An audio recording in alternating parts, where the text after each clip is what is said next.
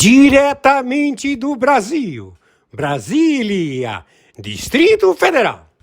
Quem vos fala, mestre Dinho, trazendo sempre informações na palma da sua mão, com notícias de utilidade pública, nacional e internacional. Olá, amigos e amigas patriotas! Eu sou o mestre Dinho Robo News. Fique conosco no nome do Senhor Jesus Cristo até o final. Fonte desse conteúdo: Gazeta do Povo. Hoje, dia 31 de julho do ano de 2026. Na sequência, o conteúdo.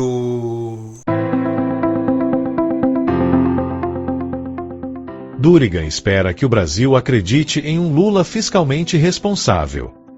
É o título do editorial de hoje, da Gazeta do Povo.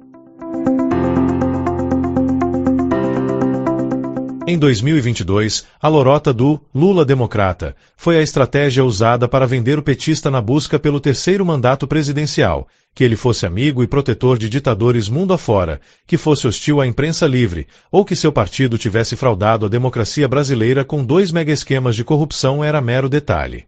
4 anos depois, com uma nova eleição à frente e as contas públicas em estado crítico, já começou a operação para vender um Lula fiscalmente responsável. Sim, ele mesmo, o pai da nova matriz econômica, ao lado de seu então ministro Guido Mantega, e o atual gastador-mor da República, estaria preocupado com o próprio descontrole fiscal.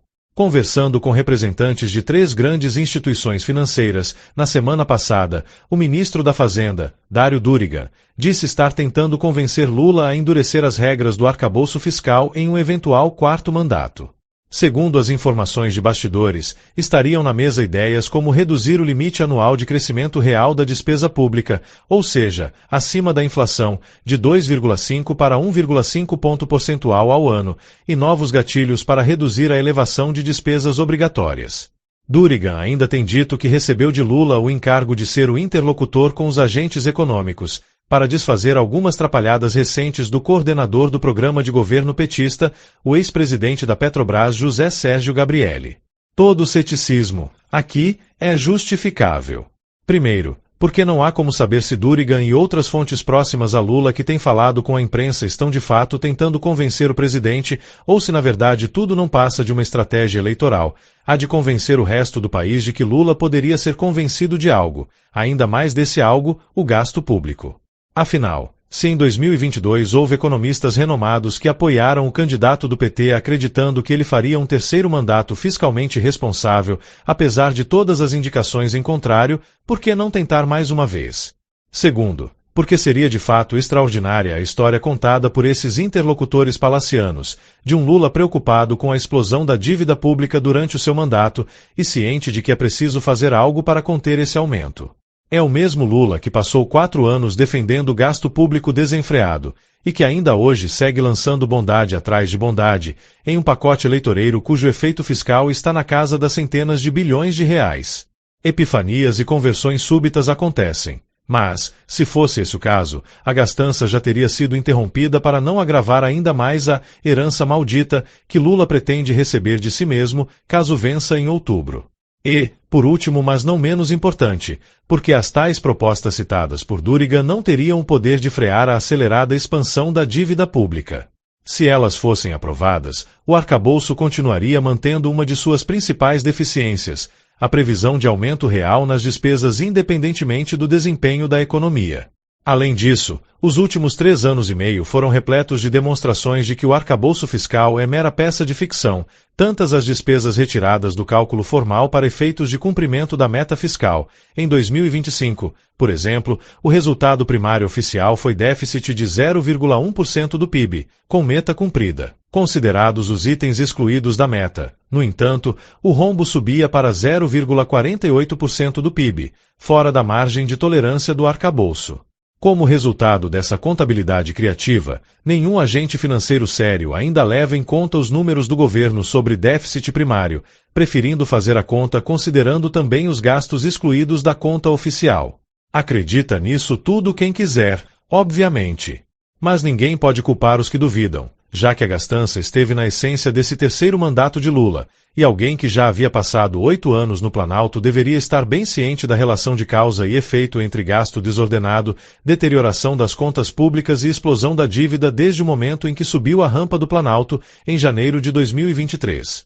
Uma guinada, nem tão radical assim, diga-se de passagem, a essa altura do campeonato, quando a realidade aponta para uma lamentável manutenção de curso caso Lula permaneça no poder, é improvável. E, se vier, difícil saber quanto tempo durará, que o diga Joaquim Levy, recrutado por Dilma Rousseff para botar ordem em um caos parecido, e que não chegou a completar um ano no cargo.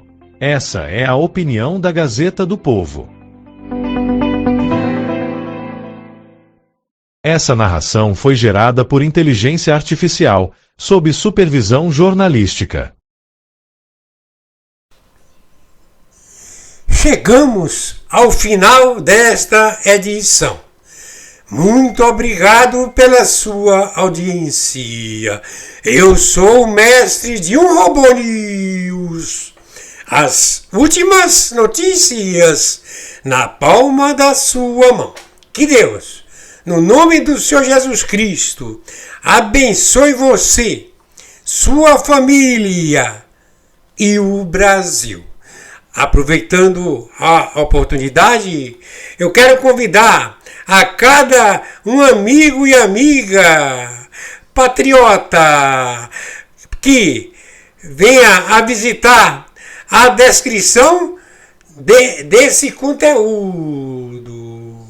Vocês poderão observar, né, que na visita vocês irão encontrar vários links dos produtos do Mercado Livre e também do Shopee. E tem um curso de mestre de obras, ok?